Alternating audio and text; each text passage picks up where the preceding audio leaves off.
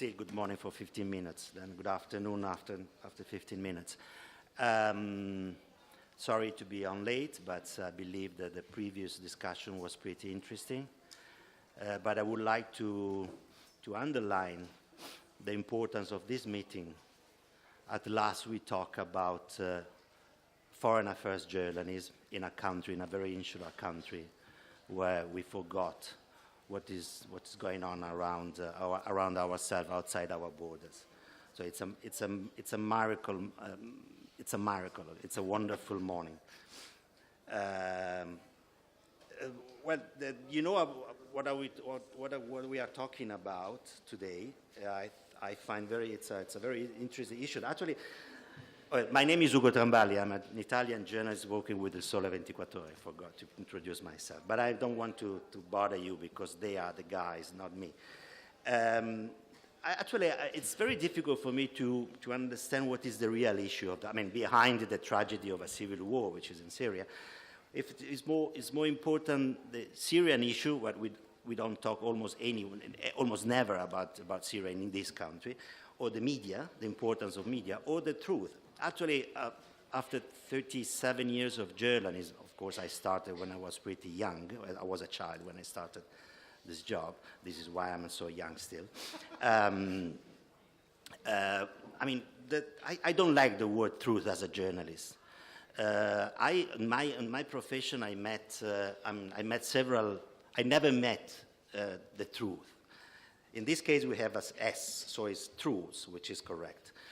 I met several pieces of truth to compose all together an idea, at large, an idea of truth.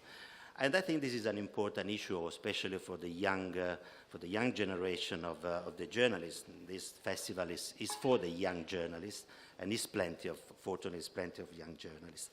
I would like to introduce shortly our three guests.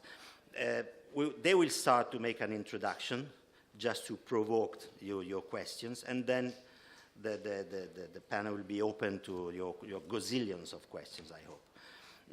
Here we have Sakra al-Mahadi, it has been one of the first bloggers in Syria, and today it works with J Magazine. Then on my right we have Amin Malouf. Sorry, it's a Freudian lapsus. You would like to, huh? Not really. No, you don't. Marwan Malouf, which is the co-founder of Minneapolis, which is an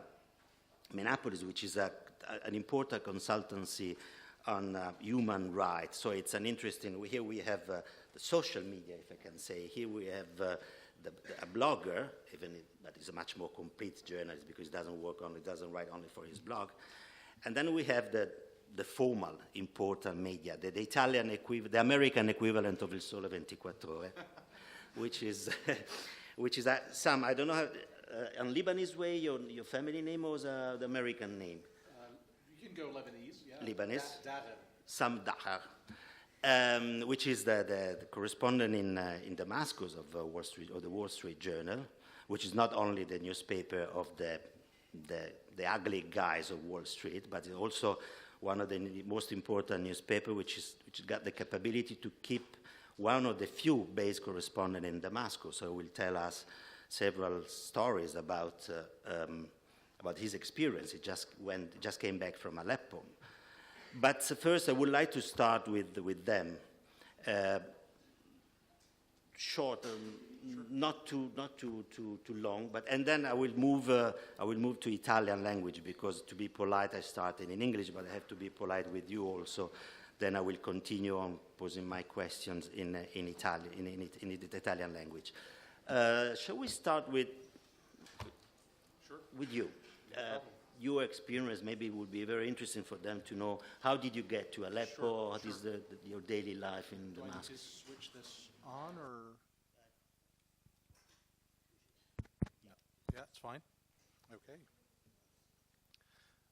Well, it's fantastic to be here in this beautiful city, and to be here with all of you and to talk about Syria.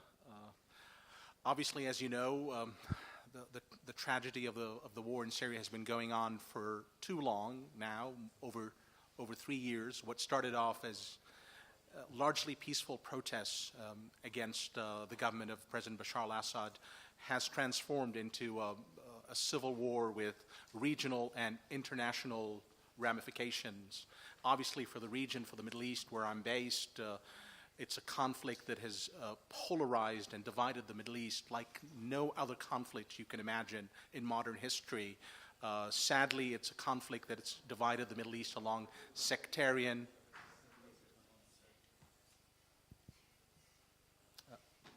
Yes, sorry. Sadly, it's a conflict that has divided the Middle East along sectarian and religious lines. Again, it's a conflict that polarized people so much that us as journalists who are trying to cover what's going on in an objective and real way as much as possible, despite the challenges. And what Ugo just talked about, we are trying to gather the several pieces of the truth about this war. And I think that's a very important point that Ugo made, is that we are trying to gather the pieces to bring you the full picture of what's going on in Syria. And that's a huge challenge. And sometimes we as journalists get caught in the middle with people on both sides of the conflict accusing us of being biased or of not covering, their point of view adequately enough. And that's one of the biggest challenges, I would have to say, in covering the Syria conflict as a reporter, is you're always accused by both sides of the conflict that you are siding with one over another. And I've been covering the Middle East for more than 10 years now. I started covering the war in Iraq in 2003, and I spent a lot of time in Iraq on and off. I know that country very well. I was there almost till the end, up to the time when the Americans withdrew from Iraq, the U.S. Military pulled out. And I also had the opportunity to cover the Arab Spring, if we could still call it an Arab Spring, early on. I was in Bahrain, I was in Egypt, I was in Libya for a long time as well. I was in Libya from February almost up to the time when Gaddafi was killed. And then obviously came Syria, a conflict like no other, and a challenge like no other for reporters. And in the interest of covering it as best as we can, I've been fortunate to have the support of my organization, the Wall Street Journal, which is now more than just a traditional newspaper. It's our website is one of the largest websites in the world, news websites. I have one of my colleagues here, Sarah Marshall, in the audience, and she's in charge of social media and multimedia for our organization. So we've obviously been lucky to have the resources to cover a story like Syria, and I've been fortunate to have the support of my employers to be in Syria full time. And I've been based in Damascus for over a year now. We cover the conflict from every angle. I try to go everywhere, permitting the security situation, permitting some of the other risks that we face as journalists in the country. I've been all over, with the exception of southern Syria, which is very problematic to reach the province of Daraa, for example. I was recently in Aleppo for almost 10 days. I spent a lot of time in Homs. It's a province that I've been going to regularly, both the province and the city, for almost a year now. I was just there for 2 weeks working on a big project in Homs. I've also visited western Syria, the provinces of Latakia, Tartus, parts of Hama province, which are more sort of western as well. And there, the usual sort of impression among most people is that Western Syria is a regime stronghold where it's mainly Alawite, and it's mainly like the regime's castle, so to speak. But actually, it's a lot more interesting than that. And I had a chance to dig deeper and talk to people. And there's more than what meets the eye. And usually, that's the case in a lot of places in Syria, you know, if you go there for a week, you know, you come with certain prejudices, with certain ideas of what this place is. But the thing is, if you spend enough time there on the ground and you win the confidence of the people and they start talking to you, you will discover, to your amazement, that it's actually nothing like what you thought it is or what people think the place is. For instance, you know, you go to a place and they say this is all regime territory. It's all people who are loyal to the president Bashar al-Assad. But then, again, if you spend enough time, you'll find out that that's actually far from the truth.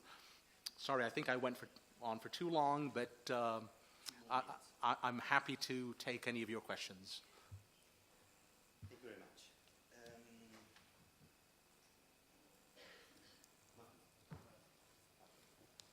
First, thank you for the invitation. I think one big issue is that is illustrated in this panel. You only have Lebanese and Yemenis talking about Syria, which is problematic. And this is because most of the Syrian journalists are unable to go out of Syria or they are already in jail. So in that instance, I would like to remember Mazen Darwish, the head of the Syrian media group that has been in prison for like almost 2 years, and Hussein Ghreir, also the Syrian blogger that has been also in prison for the last 2 years. They were kidnapped by the regime at the same time in Damascus. The second notion also to say is that the regime has won big time the media war that has started with the revolution. With having Sam based in Damascus, this is a big sign that the regime is not really afraid from international coverage to the conflict. They are becoming more open to having international journalists in some of their areas. Now, when we talk about truth, the topic is about truth. I asked one of my Syrian journalists, where do you get the truth? She told me, if I want to know the Saudi truth, I would go to Al Hayat. If I want to know the Qatari truth, I would go to Al Jazeera. If I want to know the Iranian truth, I will go to Al Akhbar, the Lebanese newspaper, and I will add some Facebook pages to understand which truth is more taken by a Syrian citizen or social media user. So it's clear that this conflict has illustrated how media is run and how the story is being told depending on in which media platform. I'm talking about like regional outlets. I'm not talking about Arab media. I'm not talking about international media. And unfortunately, in the last 3 years, the rebels or the opposition or what was known at the beginning to be the citizen journalists, video journalists, were unable to foster an independent voice. And unfortunately, I'm not saying all of them, but most of them have gone to use the same type of propaganda news, similar to the regime one. And I'm sure that the international media suffer from that because you don't trust anymore any of the sides.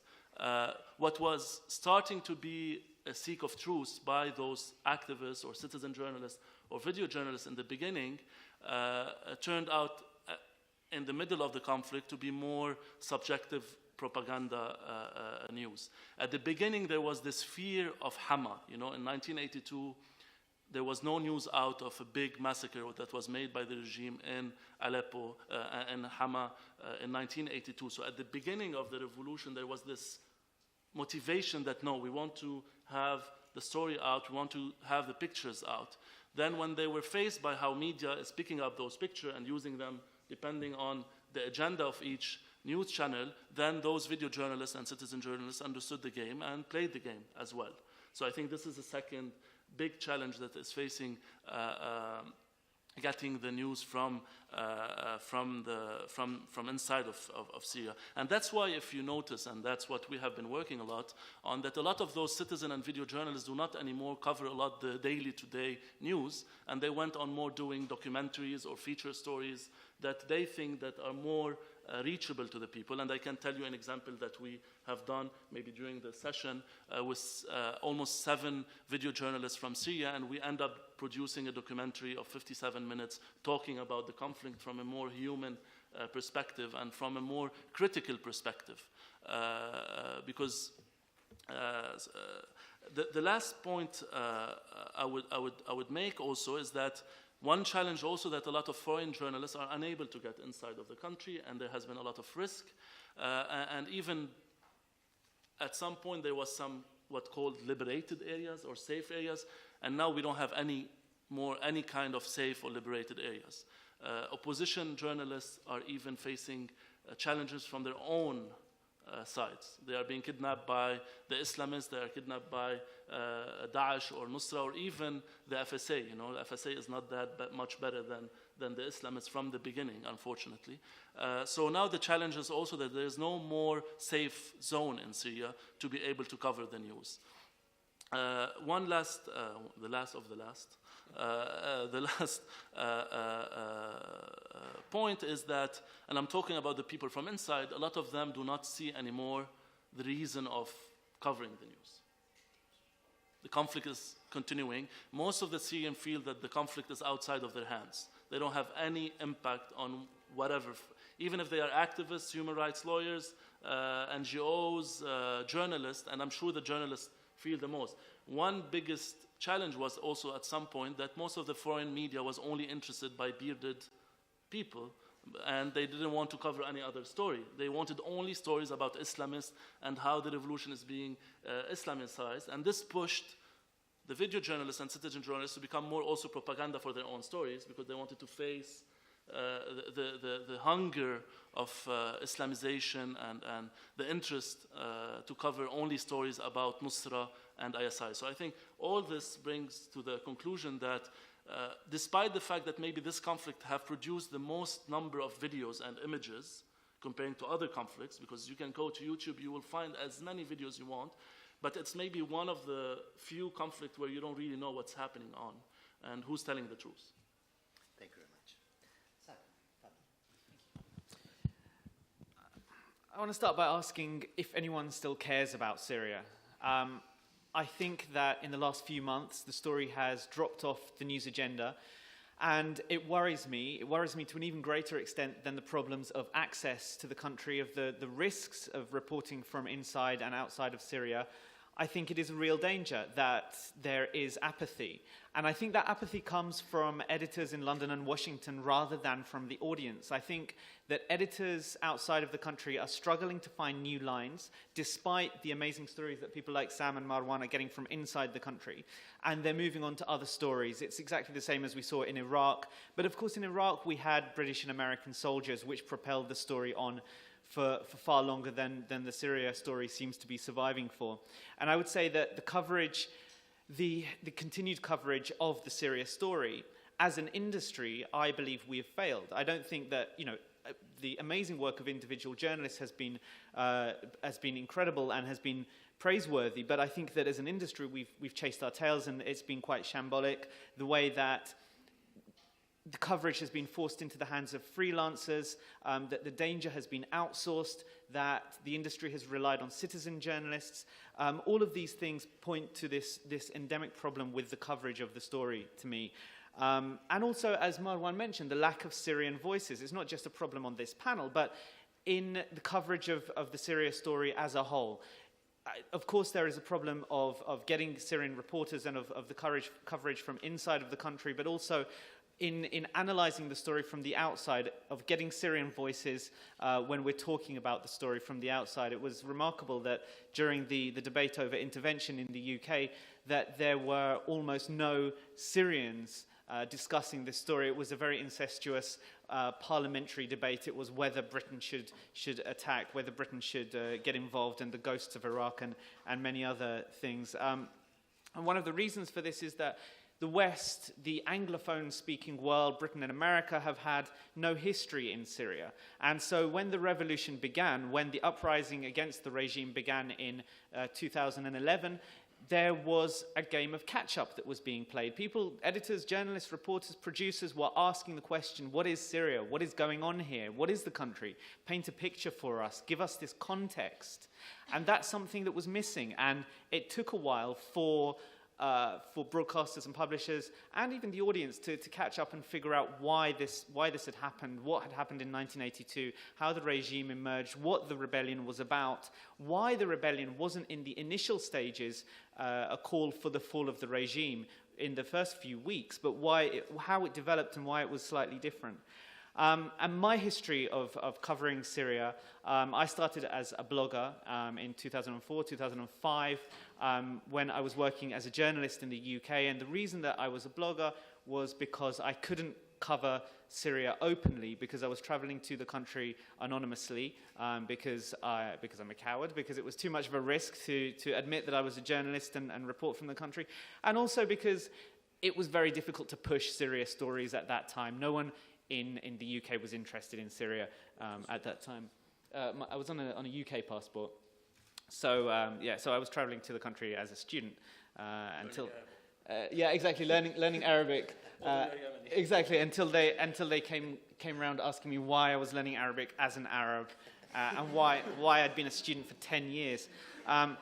But you know, so what I've been doing more recently, I'm not as brave as these guys. I've been reporting from the edges of the Syria story. So I've been covering the story of the Syria in exile, the move of Syria, not just its people, but I believe the culture, the history, the cities even, outside of the borders, to create this Syria in exile. The city of Zaatari, the refugee camp as it used to be, is now a Syrian city. It's the city of Deraa, outside of the Syrian borders. And you know, one interesting point that I want to make about the coverage of Syria and about the reactions of Syrians to the coverage is that I believe that, and these guys will be able to tell you more about this, but in the early stages, journalists seem to have been welcomed by Syrians into Syria. They were protected. They were welcomed by rebels, by revolutionaries, because they were giving them a voice. They were providing that outlet to the wider world. But when, after 3 years, nothing has changed in the reactions of Western leaderships, I think Syrians are starting to question what the value of having journalists inside the country is at all.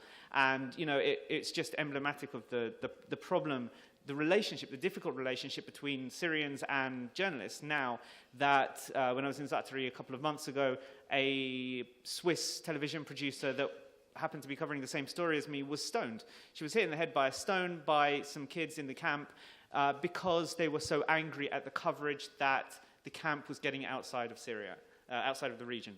That was because of a particular story, because of an undercover Israeli journalist who'd gone into the camp. It was a story that was rebroadcast by Al Arabiya with no verification, and the residents of the camp claim was false. But anyway, there is a difficult relationship, and I believe that, you know, there are many problems to be resolved in the coverage that we're giving to the country. Thank you very much. Yes. May I just comment real quick on a couple of Please, points be that my guest. Sahar and Marwan made? Thank you. Just on the point that Marwan made initially about the regime winning the propaganda war, or winning the media war, if I may say. I think that's not entirely true, because even with the reporters that they allow to go into the country, like myself, it's a constant tug of war. I mean, you're always struggling and battling with the regime authorities over what you've written, where you've gone, who you've spoken to, and sometimes it's a great personal risk to yourself, because I mean, they're following you, they're trying to know what you're doing. Some of them are unhappy with what you're doing, and some of them will make that known to you sometimes. And I was detained for 1 day for reporting certain things out of Homs last year.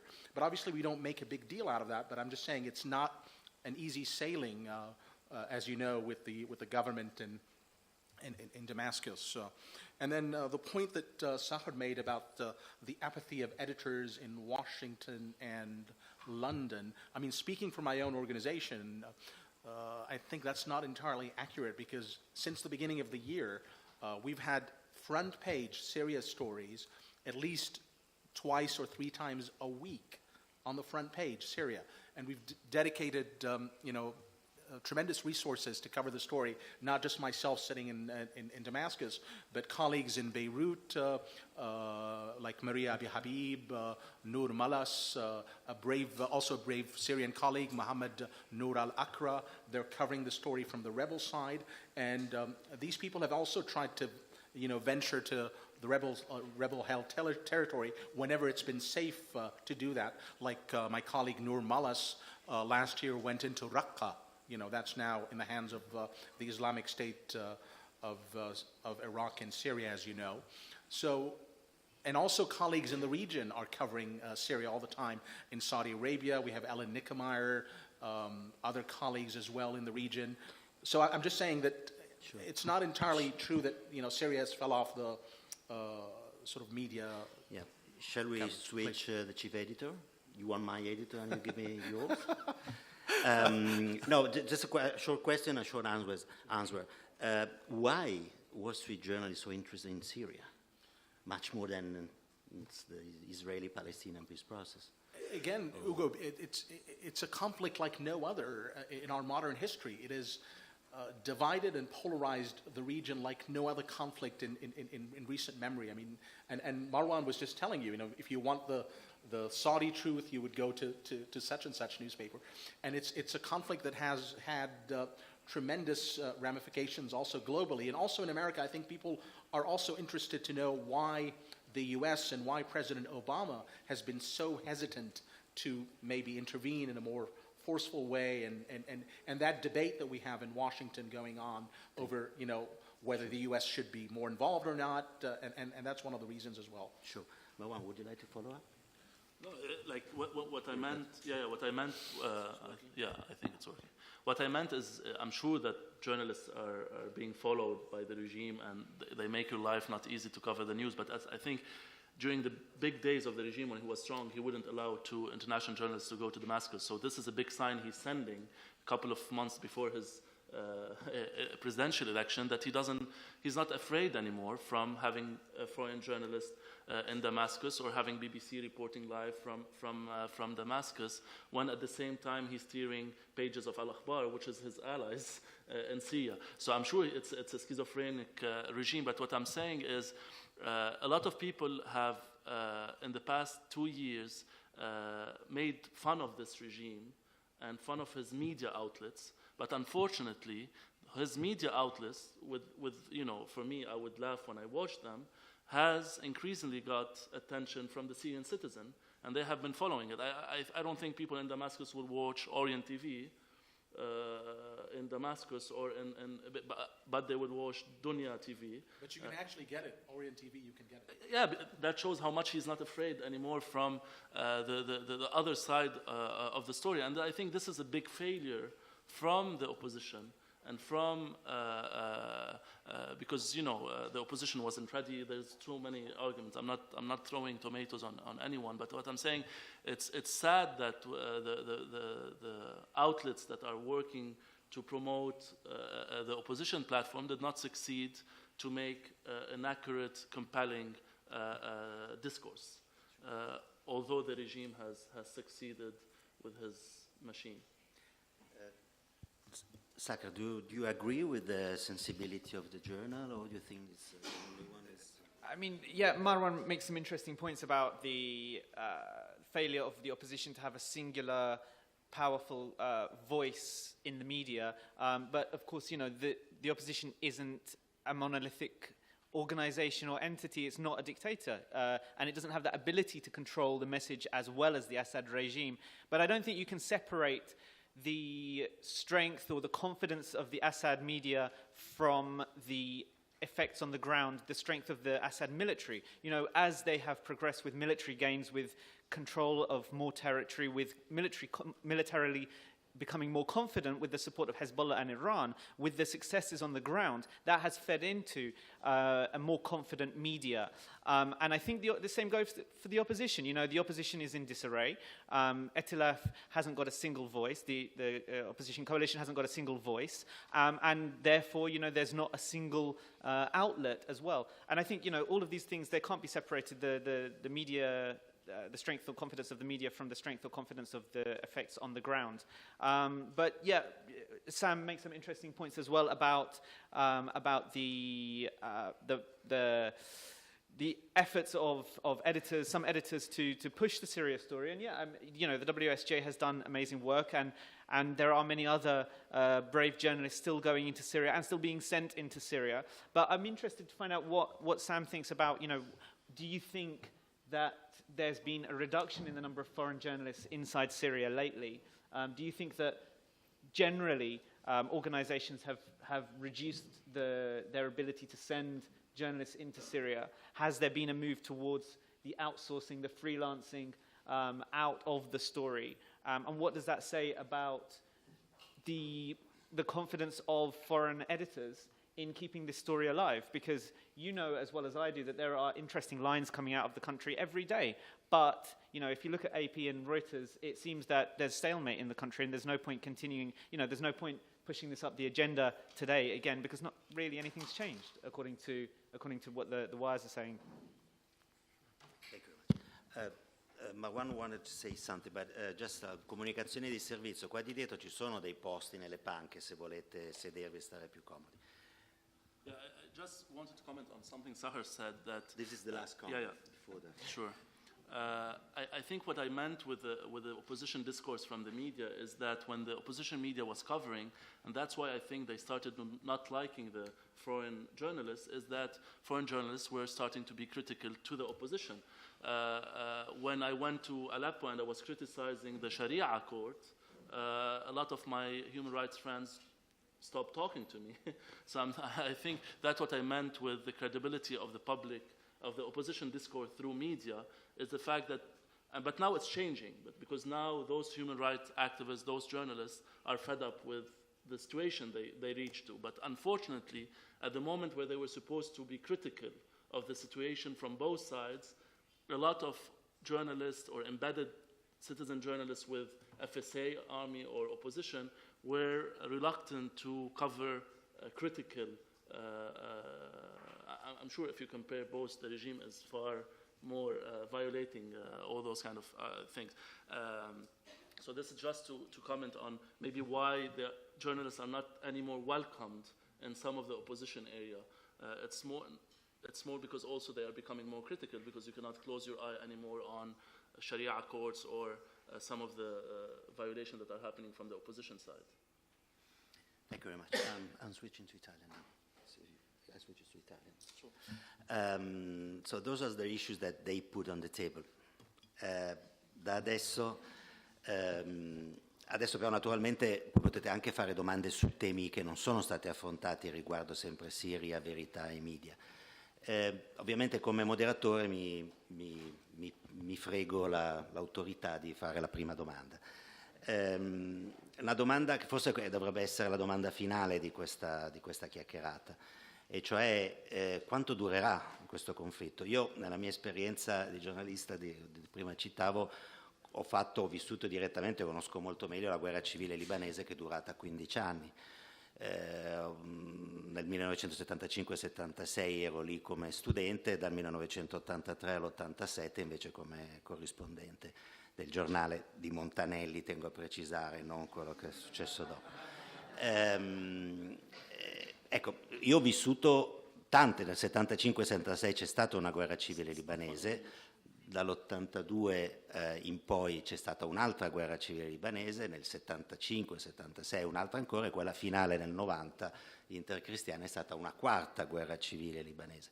La Siria ha una geopolitica molto più pesante di quanto non avesse il Libano, quindi mi chiedo quanto possa durare questo conflitto. Già siamo in una seconda fase del conflitto, da quando Hezbollah è entrato direttamente sul campo di battaglia c'è già stata una seconda fase di un conflitto che ha già forme diverse, poi con l'arrivo dell'estremismo qaedista e salafita.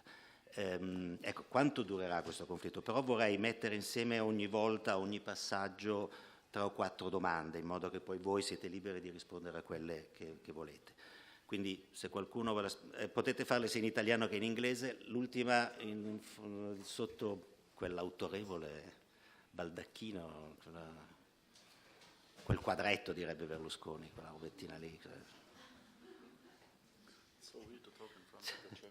Io ho una domanda, faccio la giornalista, sono Maria Giannitti del Giornale Radio e ho una domanda per Sam, visto che è uno dei pochi che vive in maniera stabile a Damasco, è veramente un'eccezione.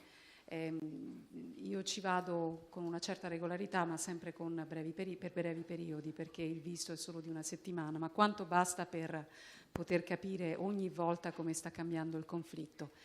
Ecco, che percezione c'è da parte del governo di questa fase del conflitto? Sente di aver vinto, sente di essere un po' in sella, sente che le cose stanno andando, come dire, per il verso giusto dalla propria parte? Oppure si sente ancora profondamente a rischio? Perché la mia sensazione nei miei brevi viaggi è che è una sensazione quasi un po' surreale, insomma, che ci sia un senso di vittoria che però è totalmente staccato poi da quella che era la realtà in molte altre parti del paese. Grazie. Un'altra domanda? Prego. Le comunità cristiane come affrontano questa crisi? Cioè, io ho letto un articolo di una suora francese che raccontava anche di cristiani crocifissi. Sono vere queste storie e in che misura appunto vivono le comunità di religioni diverse questo conflitto? Grazie. Un'ultima prima del primo giro.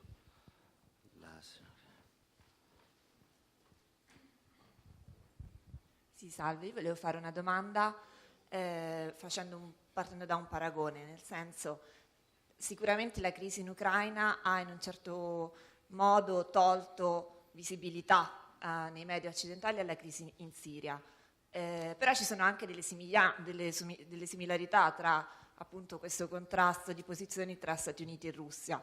Volevo sapere dall'inizio della crisi quanto questa ha influito sia dal punto di vista mediatico che dal punto di vista politico anche nel conflitto in Siria. Grazie. Sam, you are free to answer it whatever you want. I think maybe I'll tackle Maria's question. Sure.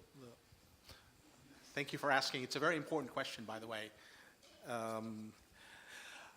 I think it depends who you talk to in the regime.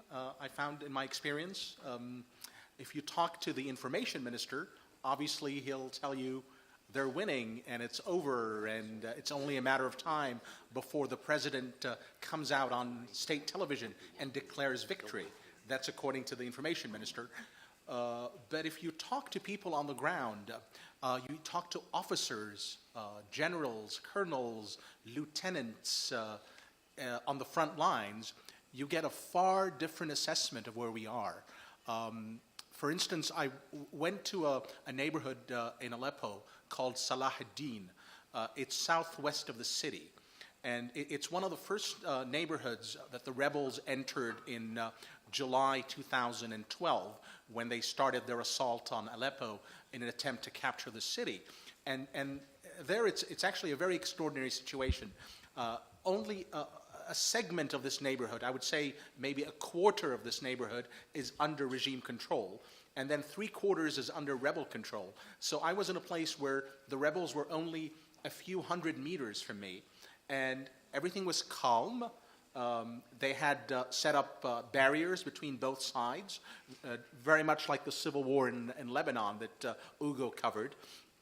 You know, they had barrels and they had these mounds of earth, these like little mountains of sand to separate both sides, and also screens, you know, so that the snipers from both sides wouldn't target, you know, the civilians or whoever was passing in the respective areas. And there I spoke to a colonel who had been in Lebanon for years and years when the Syrian army was there, obviously as one of the principal actors of that civil war, as Ugo and Marwan and everybody else would know. So this colonel told me, the best we can do here, the best we can do is hang on to our positions, to our current positions. We can't do anything more than that because the army is so overstretched, you know, fighting all across the country. And the best we can do is guard our positions. We have no resources, he said, no resources to do any major offensives to capture the rest of Salahuddin neighborhood where he was. And I got that assessment from many officers on the ground, whether it's in Homs, whether it's people I met in Latakia, other places. You get a very frank assessment where it's an ugly stalemate, it's a horrible stalemate. I mean, hundreds of soldiers, of people who've joined pro-regime militias are dying every month in Syria. We don't hear about them as much, but you go to these Alawite villages in western Syria, in Latakia, in Tartus, and I tell you, it is absolutely unbelievable. I mean, you go to these homes, and I met a mother that had 4 sons killed in the war, whether they were army soldiers or they were volunteers in these militias. I mean, the main pro-regime militia is called the National Defense Force, and a lot of the Alawite youth have joined it. And I tell you, I mean, in almost every home, you have, members of a household who've been killed in the conflict, or even people who've just disappeared. I mean, that they don't know where they are, and just missing people in the conflict. So it has had a huge toll on both the regime, both the government, both the supporters of the regime, mainly the Alawite community that has given so much. I mean, I remember the words of a resident of a village in northern Latakia. This is a village called Hambushiye that had been one of the villages that were attacked by Islamist rebels last August. It was a very horrible attack.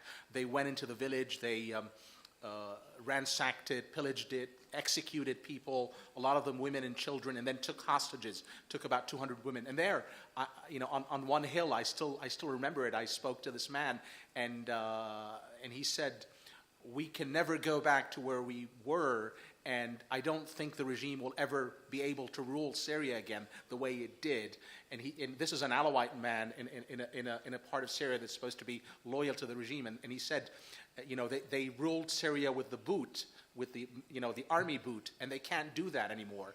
So we have to find another solution, or our country will separate. We'll have to split into an Alawite zone, a Sunni zone, a Kurdish zone, and also you meet a lot of Alawite youth that maybe see the writing on the wall and have been actually making every effort to leave Syria.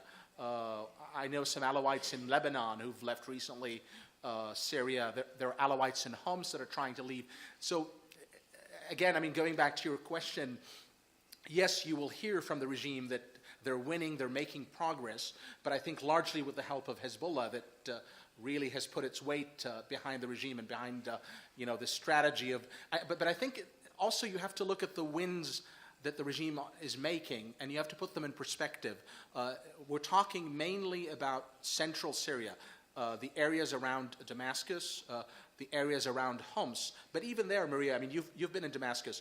The regime, yes, controls Damascus city, but then you just go, a few kilometers to the east, to the eastern Ghouta, in this big chunk of the suburbs of Damascus that's still under rebel control. We're talking about Douma, Harasta, all these towns that have obviously become famous because of this horrible chemical weapons attack that we had there last summer. I mean, there, again, the regime has been fighting for years now and has only made incremental progress, as you know. Thank you. Sure. Yeah, to answer first the question about the Christian, I think, every single Syrian is being beaten up, killed, kidnapped. So it's not only the Christian. And that's, I think, a problem of also some of the media coverage, especially in Lebanon, We only heard the Christian talking about human rights violation when the nuns were stuck and like if all the mosques that were destroyed during the conflict so far are not enough to show that Bashar al-Assad do not differentiate between Muslim or Christian. I think all the Syrian people are facing a civil war, and a conflict, and this conflict is not despairing anyone. There's no particular attack to this community or not, and especially the Christian, because they didn't really take sides, so they were smart not to protect themselves. They didn't go into the conflict. So sometimes I'm disturbed by those voices saying that the Christian are being targeted, and that the Christian, especially in my home country, because this is something a bit contradictory, because, you know, Aleppo is no more there, you know, there's nothing left from Aleppo, you know, talking about the old souks, the mosque, so the church or the targeting this particular areas are part of this whole massacres that are taking place. The second question related when it will end, when this conflict will end. I think now we are in a phase of a Cold War type of war, where everyone is scraping to their position and trying to keep the areas where they controlled. Of course, we have some changes, but then we have the rebels retaking some areas, and then, so I think it's a whole issue of the negotiation process. Unfortunately, the opposition was not smart enough to negotiate when they were strong in 2011. When once we wrote a policy paper in 2011, we called the opposition to negotiate because they were strong and they had something to put on the table. Unfortunately, now negotiation is not equal. Because at least the regime is behaving like the question was raised, behaving like if he was winning. Holding an election as a symbol of that they don't really care about anything, and they're continuing with their own discourse. So I think the war will end, you know, when every single party of this conflict realizes that there's no more winning to do, and there's no. Unfortunately, I'm talking about the opposition because I know them better than the regime, sorry. I can spend hours criticizing the regime, but I frequently talk to the opposition members. Unfortunately, until now, you have opposition leaders. I think that the attack or the European or American invasion will happen.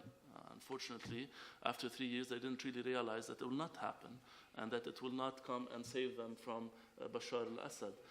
So I think those bad calculations from the leadership that thought that the war will end in 6 months and continue to think that the war will end is problematic. So I think both sides need to agree that there is no way to going back to normal, that they need to negotiate and negotiate in a very true way, not like the Geneva way it happened. And the negotiation should, to my opinion, happen inside. Is there a format different than Geneva to negotiate? Yeah, inside.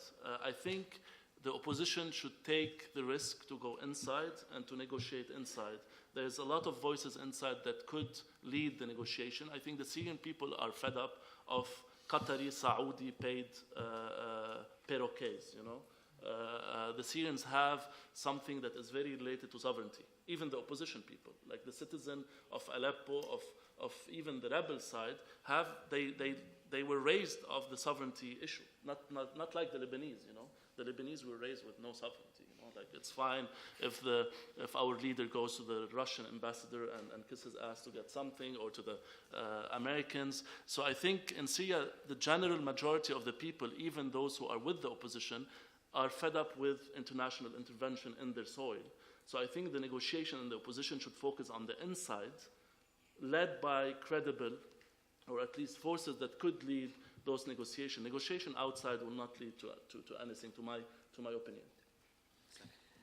The question of how long the civil war will go on for, civil war, revolution, whatever you want to call it these days, how long it will go on for is one that fascinates me, because I remember until the end of 2012, we were still talking about when, not if, the regime would fall. We were hearing myths and stories that it was 6 weeks away from falling. It was 3 weeks. It will fall by the spring. It will fall by the summer. And the thing that I learnt during this period was that journalists are awful at gazing into their crystal ball. We should not be trusted with this because we don't know. We don't know as well as anyone else. And I think the damage that we as journalists did during this period to the revolution was that we fed this myth. with the help of policymakers, of course, and politicians, we fed this myth that that the fall of the regime was inevitable, this has in fact prolonged the war.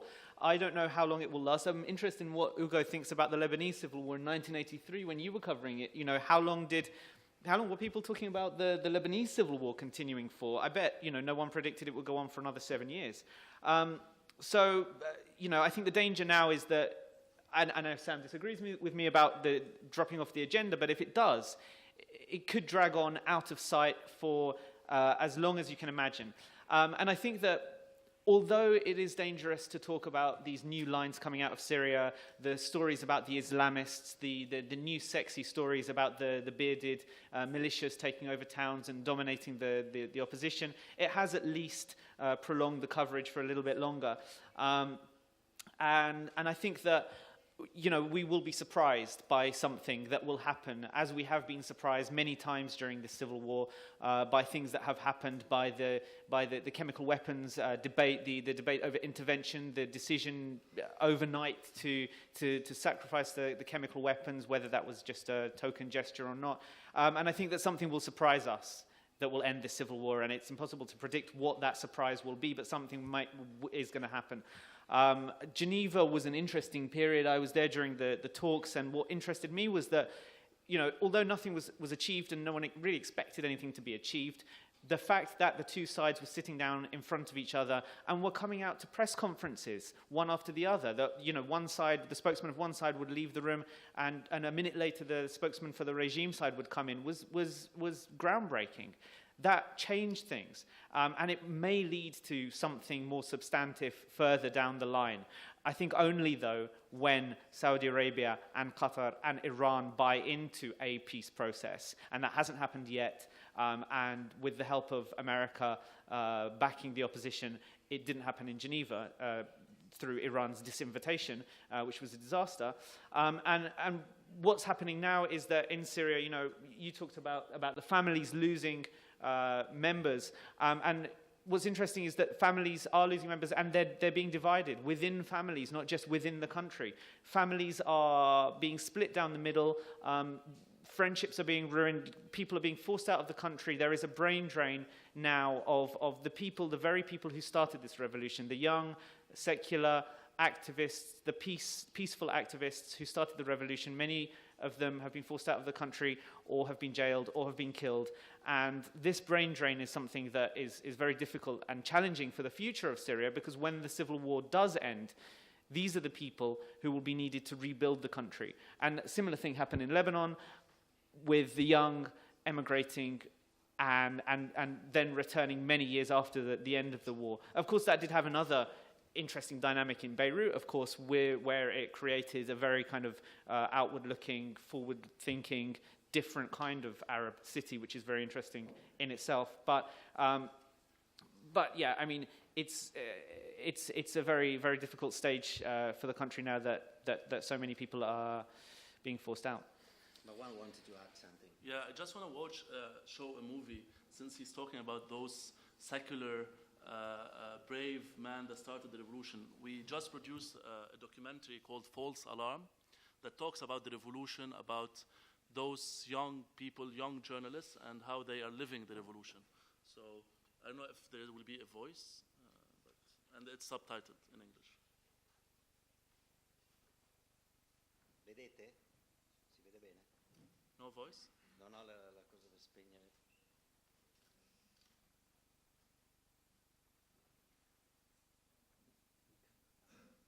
Oh, yeah, I remember. I muted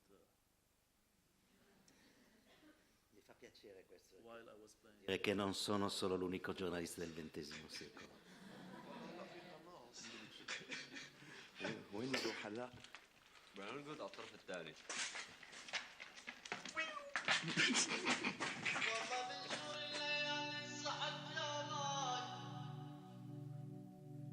بس صرنا نبتكر حالات الفرح، ندور.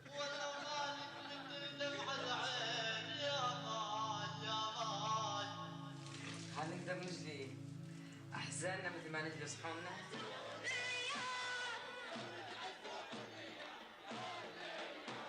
كانت الكاميرا محروقة، وواحد منهم قال لي إنه البقية بحياته. أحاول أستخرج المعلومات اللي بداخلها عسى نحصل على دليل. بعد انتهاء المظاهرة ب10 دقائق نزلت قذيفة استشهد فيها مصطفى، نصبت فيها أنا. صار الموت أحيانا عم بيريح أحيانا. إنه إيه عن جد مصطفى مات؟ لا أكلت 13 رصاصة. الكاميرا بوم، سوريا بوم.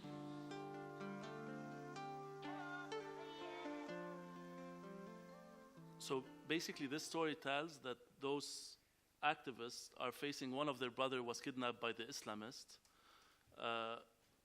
The husband of the lady, Mustafa, was killed by a regime hound, or like a bomb. So that's what journalists and video journalists are facing on a daily basis in Syria. So I just wanted to show this, just to give some. È stata dimenticata la domanda sull'Ucraina, mi permetto di rispondere io, raccolgo le domande dimenticate. Sì, è vero, mi sono accorto anch'io, non so quando è stata l'ultima volta che ho fatto un commento sulla Siria, ma nell'ultimo mese avevo fatto 20 commenti sull'Ucraina.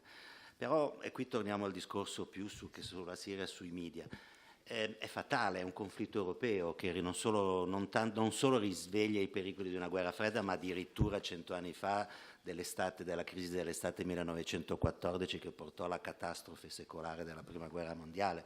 È naturale che ci sia più spazio, perché poi in fondo non possiamo non tenere, noi facciamo giornali che devono essere venduti, o comunque chi fa i blog deve fare blog perché devono avere il maggior numero di click possibili.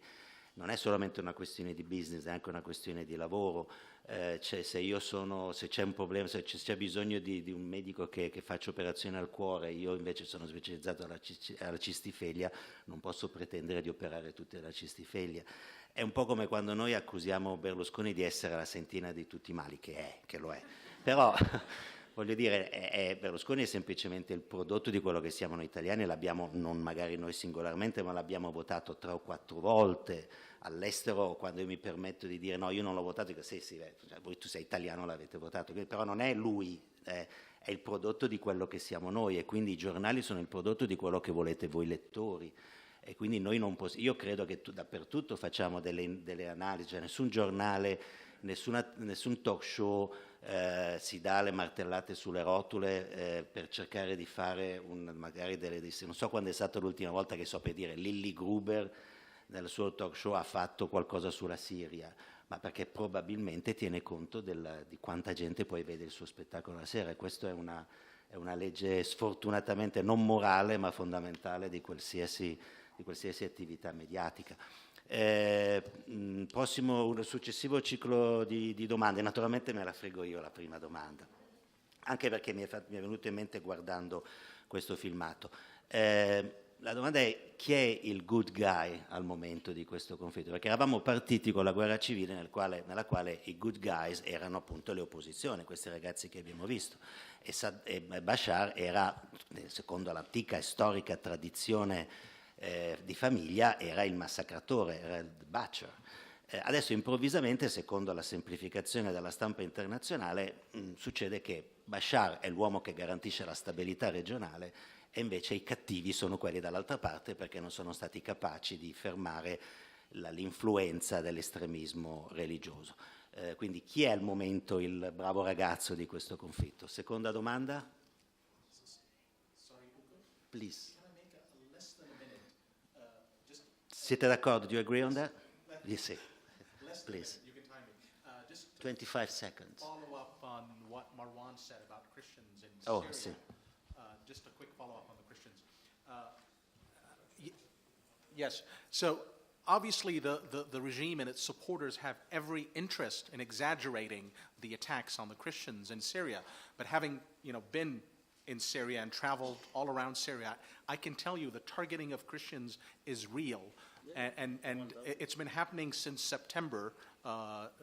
Sadly, I didn't doubt the attacks. I'm saying they happen, but they happen like other attacks on Kurds, on Muslims, on. No, Christians are being targeted specifically because they're Christians, and their churches are being targeted. But the people mosques were targeted too. That's what I'm saying. No, but people who are doing the targeting are among the most extremist factions of the rebel groups. I'm not saying all the rebel groups are doing it, but some of the more extremist, Islamist-driven rebel groups are the ones doing the targeting, like the attack on the ancient town of Malula that happened in September of last year, and that was clearly... They are targeting all infidels, including, the guy we showed is a Sunni guy from Raqqa. His brother disappeared. I'm just saying, Marwan, I mean, I'm telling you because I've been talking to a lot of Christians who are against the regime, who are opposed to the regime, and bitterly opposed to the regime. They're against Bashar al-Assad. And they're telling me, sadly, we are being targeted because we're Christians. And the Christians find themselves in a very difficult position. They're caught between a rock and a hard place. And sometimes they're choosing the regime because they find it as the lesser of two evils. They have... I mean, that's the point we're at right now. And I did a story earlier this month about finally. I mean, I did a story earlier this month from Homs about the tragic killing of Father Franz van der Lucht, a Jesuit priest who remained in the besieged old city of Homs for almost 2 years. He didn't leave, and he was trying in his last days to broker some sort of a solution, trying to bridge gaps between the rebels, the Islamist rebels, and the regime. And he paid a very heavy price for that with his own life.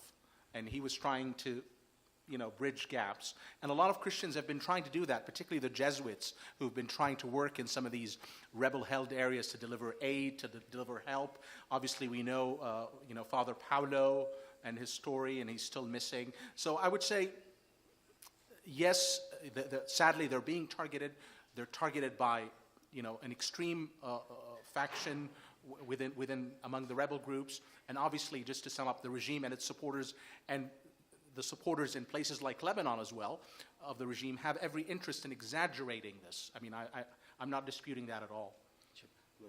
Yeah, I'm just saying, of course, what I'm saying, the Islamists and the extremists are targeting every single person that do not look like them.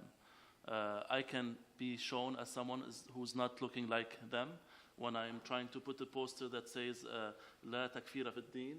I could be, yesterday we saw a video of 2 men being slapped because they smoked on Friday. What I'm saying, I'm just pissed off from those who just report or shout when they hear that the Christians are being targeted. That's my point, especially in Lebanon and in the area. When we see Christians that didn't mention the civil war for 2 or 3 years, then suddenly 11 nuns are being held by the FSA, then we hear their voices, although every single cultural place and activist and journalist has been beaten for the last 3 years. That's my point. That was my point. Yeah. Saka, who is right on your opinion? It's such a difficult, sensitive issue, as you've heard these guys talking, because yes, Christians have inevitably been targeted. On the other hand, barrel bombs being chucked out of helicopters don't discriminate by religion. So where does that leave us? Because the regime is so keen to push this line that we are the protectors of the minorities, and if we fall, the Christians will be eliminated. And the secular now.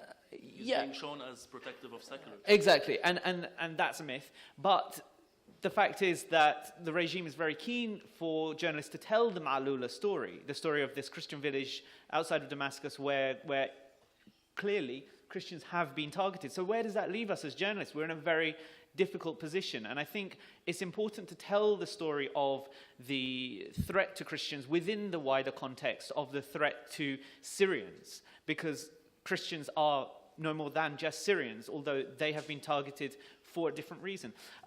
It's also important to remember that Christians generally in the Arab world have fled in greater numbers and faster than other ethnic groups or religious groups in the region. And so there is a history behind the fear of elimination of Christian communities in the Arab world. In Lebanon and in Iraq, we've seen something similar.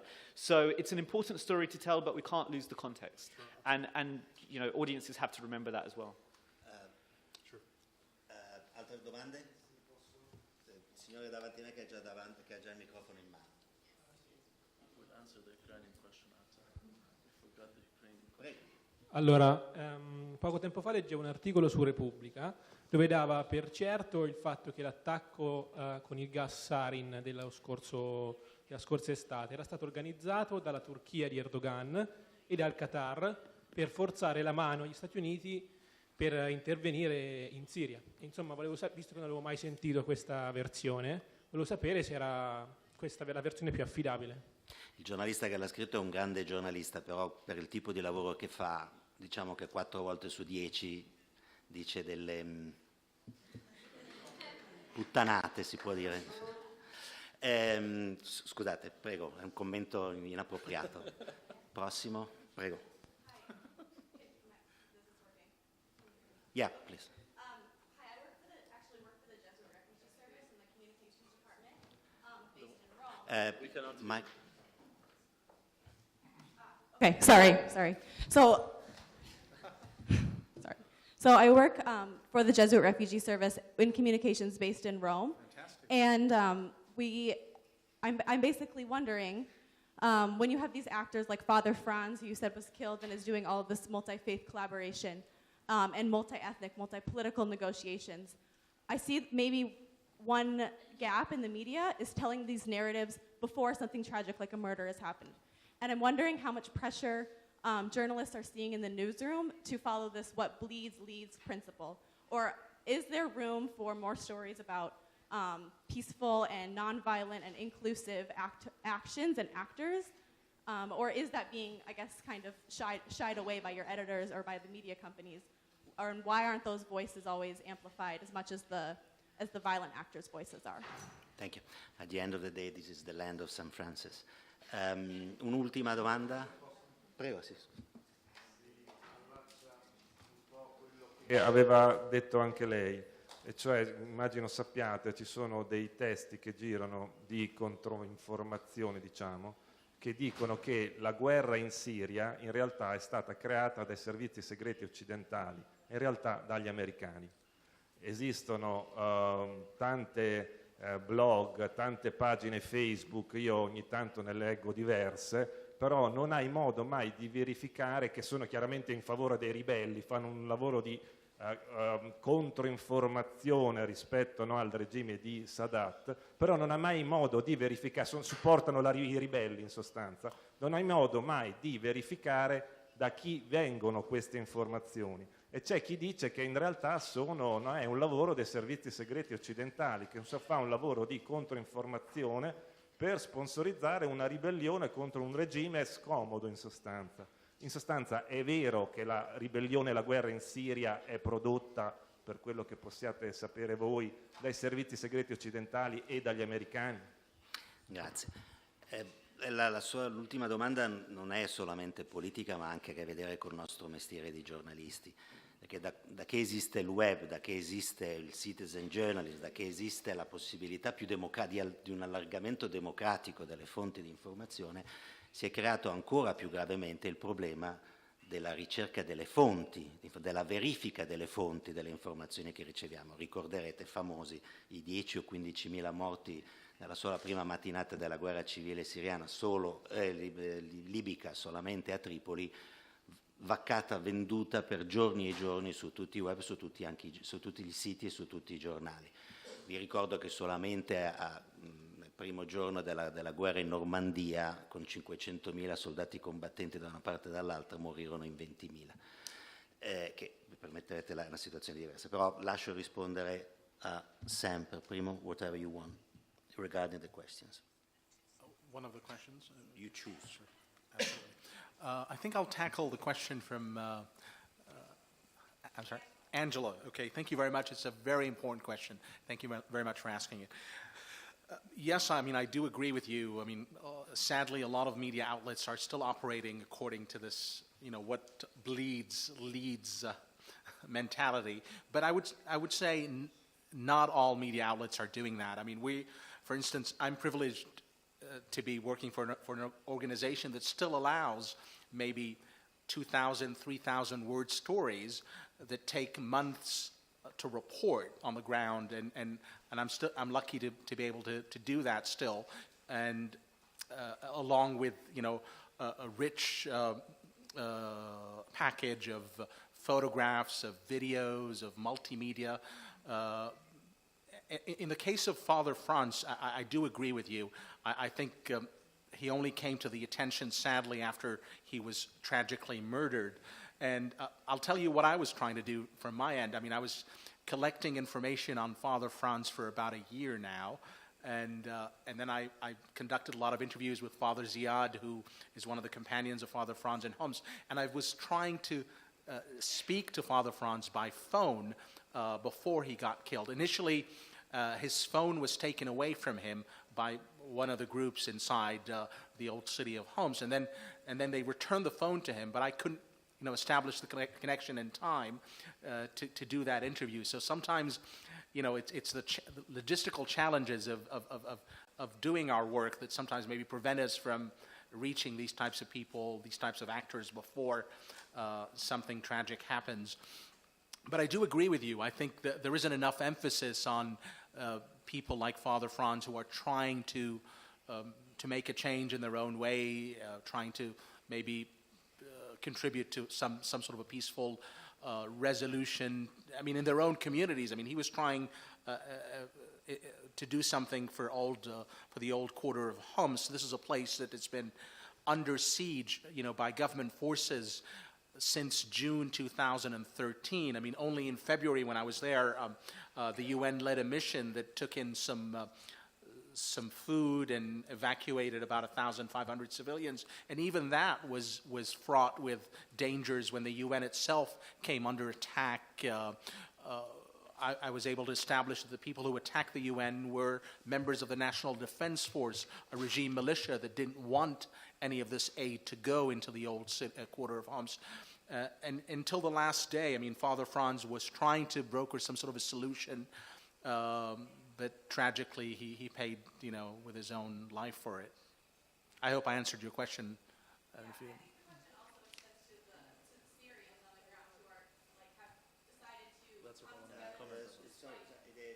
People can understand. You need the microphone. Oh, sorry. My answer will take Very shortly, please. She doesn't think anymore. Should not think. I think the question could also be extended to the Syrians on the ground, because, Father Franz was Dutch, but the Syrians on the ground who have decided to come together despite their religious or ethnic or political differences that we see so often perpetuated in the media that is dividing, but rather finding ways to amplify how they're being united. So that's another, aspect of the question. Absolutely. Oh, sorry. Yeah, go ahead, please. No, I think this is what I was saying at the beginning, that both discourse do not like those stories. There's so many negotiations that are taking place. There's so many ceasefire that are being done by locals who are pushing the Islamists or even sometimes the FSA to do a deal with the regime. And you never hear those reports. Why? Because the opposition do not want this. If the opposition promote those kind of stories on their websites or their platforms, the conflict will be leaning to an end from a popular demand. So that's why from the beginning I was talking about local, since international journalists have more difficulties and more trust, they need to build the trust to get the interview.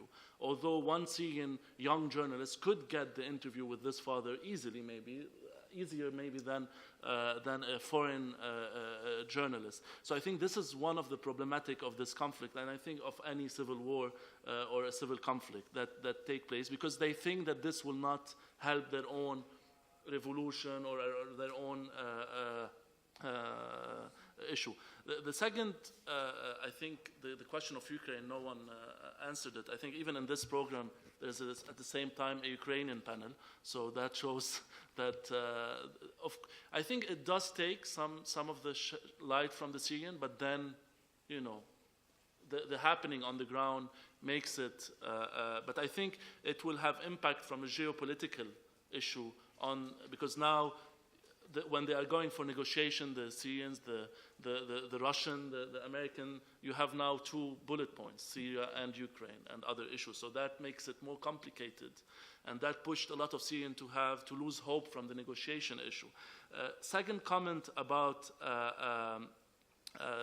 the two questions are a bit related. I think the question of Western making the revolution, I think the Western spoiled the revolution. I hope that the Saudis, the Qataris, the Americans did not interfere, even politically, in the conflict. Those who went to the street are people who have been fighting oppression since 2000 and since 19th and in the 80s and in the 70s. So those are people who have been, and at the beginning you only heard the voices of those who have been fighting this regime in Syria for, I can say names, Razan Zaitouni, Mazen Darwish, a lot of names. Those were fighters for democracy. Those are people who were very active in 2001 when Bashar al-Assad was elected and an opening happened, and they were very culturally and politically active. Unfortunately, when this conflict transformed from being a non-violent revolution and becoming an armed revolution, here every agenda possible entered into the way, the Hezbollah, the Saudis, the Qataris, but saying that those revolutions are the invention of the West, or even of Lebanese think tank talking about the revolution, I think is really not fair to those brave men and women on the ground. And the story of the like, you know, if it's Turkey, I think Syrians do not care anymore about this. A barrel bomb that is dropped every single day have the same impact and is killing as many people as a camel kill weapon or as any kind of a conflict. So looking to know, for me as a viewer, I don't care anymore. Yesterday, a school in Aleppo was bombarded with children, I think 25 children that were killed. At the same time, Daesh and the Islamists and the FSA are doing a lot of human rights violations. So I think this is the essence of this conflict, that both sides now are speaking the same way. I'm saying both armed side, not the activists or the non-violent movement. Both armed sides are speaking the same language. And that's why I'm afraid that until the non-violent secular discourse is becoming to be the major one on the table, this will not lead to resolving the conflict. Yeah, I'll address your 2 points together because I think they're quite similar. I think you're talking about the Seymour Hersh story in September, maybe, where, there was a Seymour Hersh story where he claimed that the regime had used chemical weapons in the east of Damascus. It was quickly taken down by a number of sources, most notably Brown Moses, Elliot Higgins, who did some primary research and found out that it was very likely that it was the regime that used chemical weapons rather than the opposition, which was Seymour Hersh's claim. The conspiracy theories that you mentioned, I think, it's important to remember the Arab world does not have a history of independent, free journalism. What we do have a history of is conspiracy theories. And especially in Syria, such an opaque country where it's impossible to figure out what's going on in the regime, these conspiracy theories take on a life of their own. The stories that America created this revolution, that America's been planning to invade for 3 years. Well, if it wanted to do that, it would have found an excuse by now. I think I've argued before, and I stand by this claim, that the US has an interest in continuing the civil war, in letting the civil war grind on and letting the many sides wear each other down. There's more value in that for America than ending the war or invading in any form. And you talked about what bleeds leads. It's a very important point. And I think where there has been interest from broadcasters and publishers to take the Syria story, it has been from the non-bomb death, destruction stories. And I think that's very important because, in Zaatari, for example, there are 120,000, no one knows the exact number, but there are 120,000 refugees and 120,000 important stories to tell. That you could spend a lifetime in that camp and still be getting fresh stories out.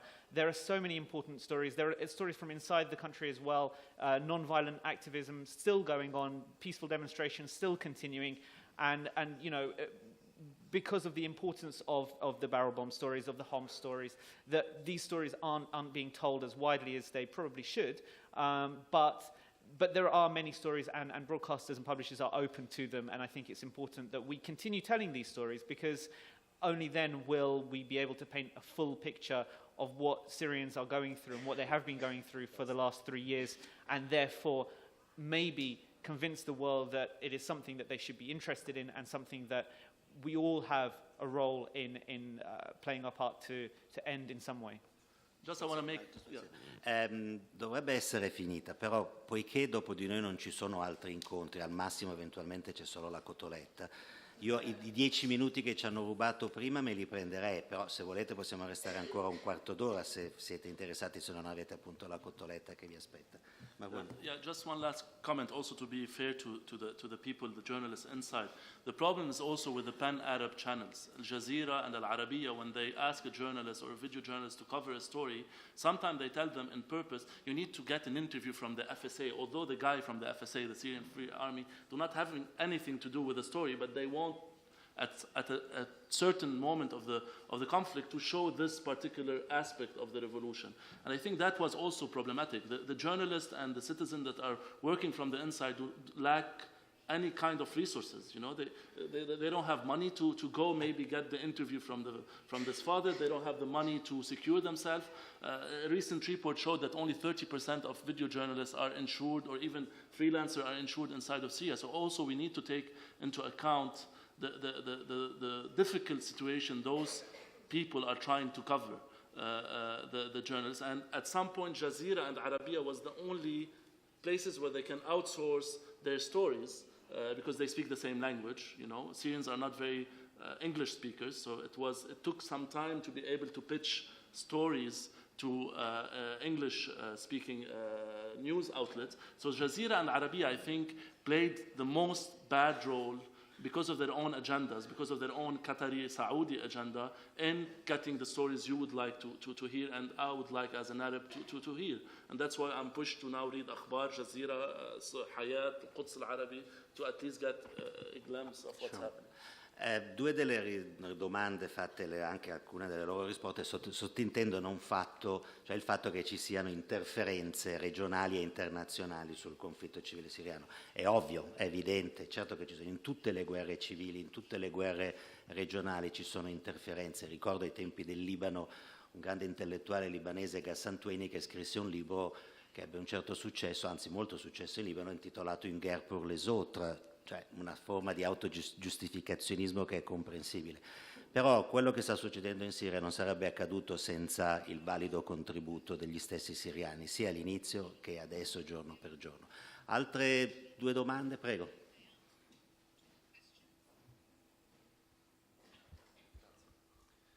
Buongiorno, Sam all'inizio ha parlato di come all'inizio appunto della guerra anche negli Stati Uniti, a Washington, ci fosse il dibattito sul fatto che Barack Obama ha deciso di non intervenire. Io volevo sapere che opinioni vi siete fatti riguardo appunto il non intervento né dell'America né dell'Europa. Un'altra domanda? Prego.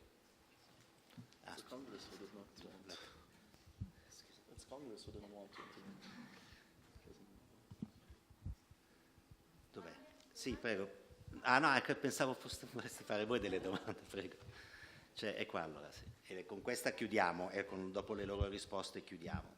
Sì, a me interessava sapere come i media degli altri paesi arabi, mi riferisco al Maghreb in particolare, come hanno affrontato, come hanno parlato della guerra in Siria sostanzialmente, se ci sono delle particolarità rispetto a come è stato trattato dai grandi media arabi, quindi Al Jazeera, l'Arabia. Grazie. Answering the questions, you can conclude as well. I can we start on the other way. He started from the right wing and then go to the left, although I'm sure you are more rightist than I would start with I lived in Tunis 2 years after the revolution, so I can answer your question. Everything is also politicized. Since the Islamist party Nahda, which is ruling the Tunisian government, was supportive a lot to the Syrian revolution, most of the secular, liberal newspapers in Tunis are against the revolution. With no, and there's, the most إشاعات, شو بنقول إشاعات؟